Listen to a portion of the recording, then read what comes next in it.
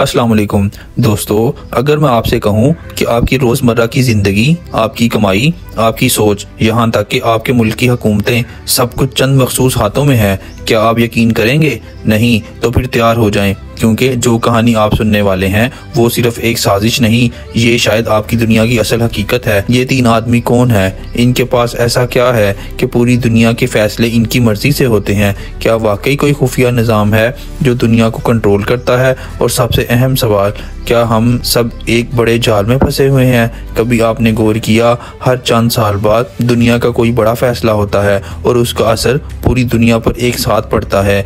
एक मुल्क की जंग दूसरे मुल्क की महंगाई बन जाती है, एक बैंक दिवालिया हो तो पूरी दुनिया की मार्केट गिर जाती है। एक बंद कमरे में बैठे कुछ लोग और उनके फैसले हम सब की ज़िंदगी बदल देते हैं। ये सब कैसे होता है? कौन हैं वो लोग जिन्हें ना हमने वोट दिया ना हम जानते हैं, मगर फिर भी वो हमारे मुल्कों, हमारी मईशत, यहाँ तक कि हमारी सोच तक को कंट्रोल करते हैं? क्या आपने कभी सोचा है कि दुनिया की मईशत कैसे चलती है? कौन तय करता है कि डॉलर की कीमत बढ़ेगी या कम होगी? जंगें कब होंगी? कौन जीतेगा? तेल महंगा होगा या सस्ता? कौन है वो लोग जिनकी मर्जी के बगैर दुनिया का एक पहिया भी नहीं चलता? ये एक राज है जिसे आज हम खोलने जा रहे हैं। तो चलिए फिर शुरू करते हैं आज का काउंटडाउन। इस फहरिस्त में तीसरे नंबर पर है रॉकफिलर खानदान। जी हाँ दोस्तों, ये कहानी शुरू होती है अमेरिका से। 1800 में एक शख्स ने तेल का कारोबार शुरू किया।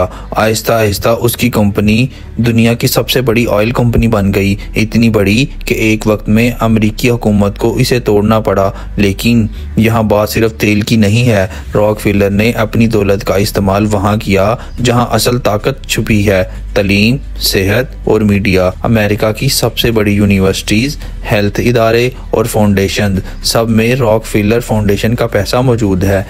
क्या ये सिर्फ फलाह है या लोगों की सोच, उनकी बीमारी और उनके मुस्तकबिल को कंट्रोल करने का तरीका? जब दुनिया कोरोना जैसी वबा से लड़ रही थी, तब एक सवाल दुनिया के जहनों में आया, वैक्सीन बनाने वाले इदारे कौन हैं और इन्हें फंड कौन देता है? 1900 से रॉकफिलर फाउंडेशन हेल्थ सिस्टम को रिफॉर्म कर रही है। आज भी कई आलमी इदारों की बराह रास्त फंडिंग करती है। WHO, CDC और दुनिया के बड़े रिसर्च सेंटर्स, इन सब के पीछे वही नेटवर्क है। कोरोना आया, पूरी दुनिया लॉकडाउन में चली गई और सिर्फ चंद कंपनियों ने अरबों डॉलर कमा लिए। पहले खौफ बेचा गया, फिर उसका हल बेचा गया। ये कोई साजिशी बात नहीं, ये फैक्ट है। Pfizer, Moderna, Johnson and Johnson जैसी कंपनियों ने सिर्फ 2 साल में $100 बिलियन से ज्यादा मुनाफा कमाया। दूसरा नाम है रोथशाइल्ड खानदान का। क्या आपको मालूम है कि जो लोग जंगें लड़ते हैं वो हमेशा हारते हैं, मगर जो इन जंगों को फाइनेंस करते हैं वो हमेशा जीतते हैं? यूरोप का सबसे ताकतवर बैंकिंग खानदान।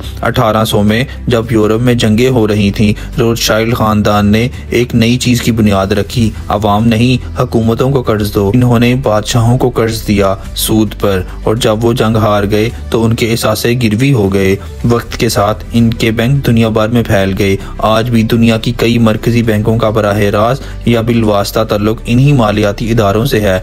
IMF, वर्ल्ड बैंक और इन जैसे इदारे जिन पर मुल्क चलते हैं, इनके पीछे कौन सी सोच, कौन सा निज़ाम है? ये सवाल आज भी जवाब मांगता है।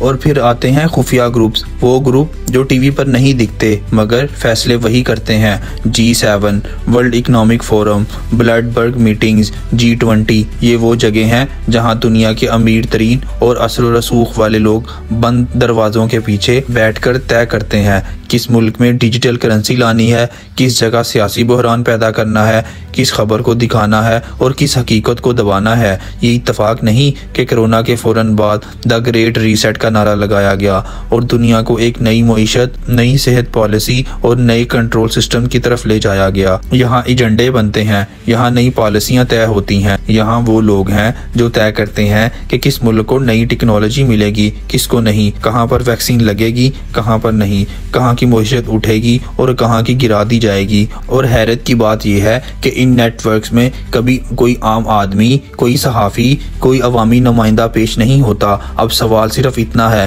क्या हम आज़ाद हैं? क्या हमारे लीडर वाकई फैसले खुद करते हैं या वो सिर्फ उन्हीं पॉलिसीज़ पर अमल करते हैं जो किसी और ने पहले से लिख दी होती हैं?